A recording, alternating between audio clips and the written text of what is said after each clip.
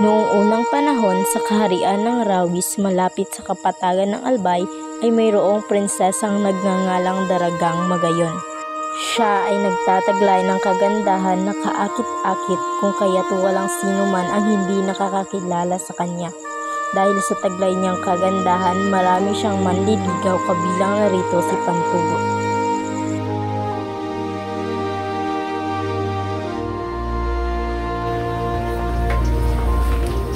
Kailangan din po ba silang hanapin, Ama? Magayon, panahon na para makahanap ka na iyong mapamangasawa. Hindi ka na bata. Mga kasama, baka gusto nyo munang umuwi. Sinasayang nyo lang ang oras nyo dito. Dahil sigurado ako. Ako din ang sasagutin ni Daragang Magayon. Tama! Magayon, mahal na mahal kita at handa ako pakasalan ka ngayon din. Baka naman nahiya yung mahal na prinsesa. Daragang Magayon, huwag ka nang maiya sa akin at pwede mo namang sabihin na mahal mo ako at handa kang magpakasal sa akin. Patawad, Patugo, pero hindi kita gusto at hindi kita mahal. Magayon, sandali!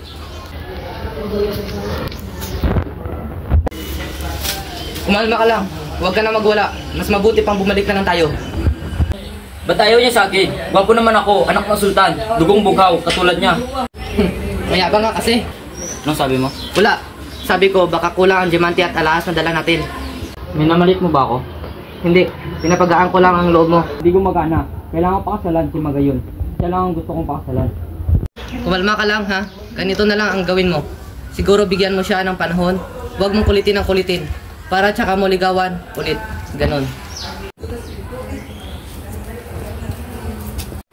Magayon, anak, wala ka pa rin bang napipili sa kanila? Wala po, Ama. Hindi ka naman talaga sila gusto eh. Puro siyabang lamang ang mga iyon. Tsaka gusto lamang nila akong ipagmalaki sa mga tao at hindi nila ako mahal. Kung gayon mahihirapan tayo makahanap ng iyong mapapangasawa. Huwag kang mag-alala, Ama. Pinapangako po sa inyo makahanap ako ng lalaking hindi mayabang at mamahalin ako. Pinapangako ko po iyon.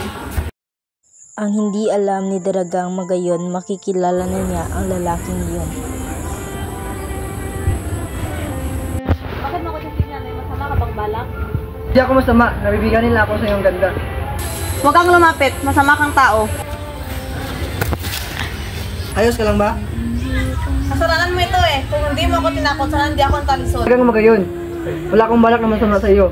Ako'y nabibighani lamang sa iyong ganda. Ako si Ulap Dayo galing Laguna. Hindi ako interesado. Hinira mo ang araw ko. Makaalis na nga.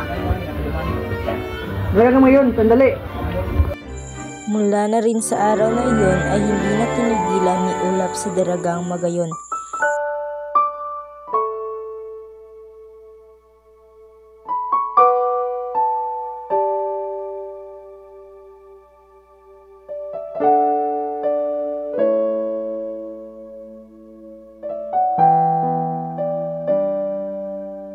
Dahil nagpursigi si Ulap at naramdaman ni Daragang Magayon ang katapatan nito, kung kaya't minahal niya na rin ito. Alam mo naman na simpleng tawa ko. Hindi ako prinsipe na mabibigay ang buong mundo sa iyo. Pero mahal kita, Magayon. At yun lamang ang mabibigay ko. Ang tapat na mapamahal hanggang kabilang buhay. Ako kaya kong ibigay sa iyo ang buong mundo, pero mas gusto kong ibigay sa iyo ang pamamahal mo na tapat din hanggang sa kabilang buhay.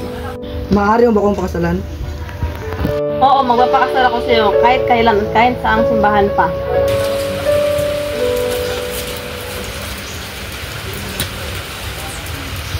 Mahal na Haring Makusog. Gusto ko po sana pakasalan ng iyong anak.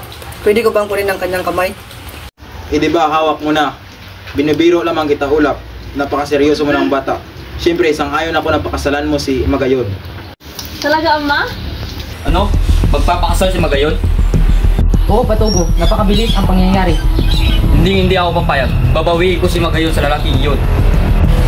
Daragang Magayon, si Patugo. Nilusob ang palasyo at hinahanap ka.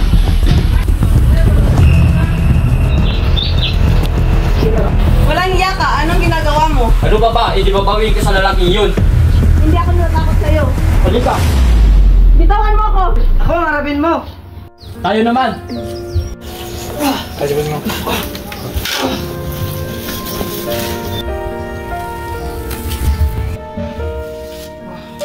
Magayon!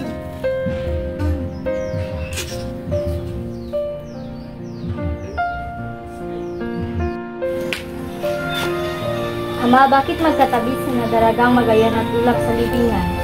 Dahil walang makipagwalay sa kanila at ganoon ang tunay na pagmamahalan. Pinagsama sila hanggang kamatayan. Ang sabi nila, perfect cone ang bulkang Mayon, kaya naman maraming turista ang pumupunta sa Albay para pagmasdan ang bulkang Mayon. Ngunit hindi iyon nagustuhan ni Ulap. Sobra niyang mahal si Magayon at ayaw niyang ibahagi ito sa iba, kaya bumababa ang Ulap para takpan ang perfect cone ng bulkang Mayon.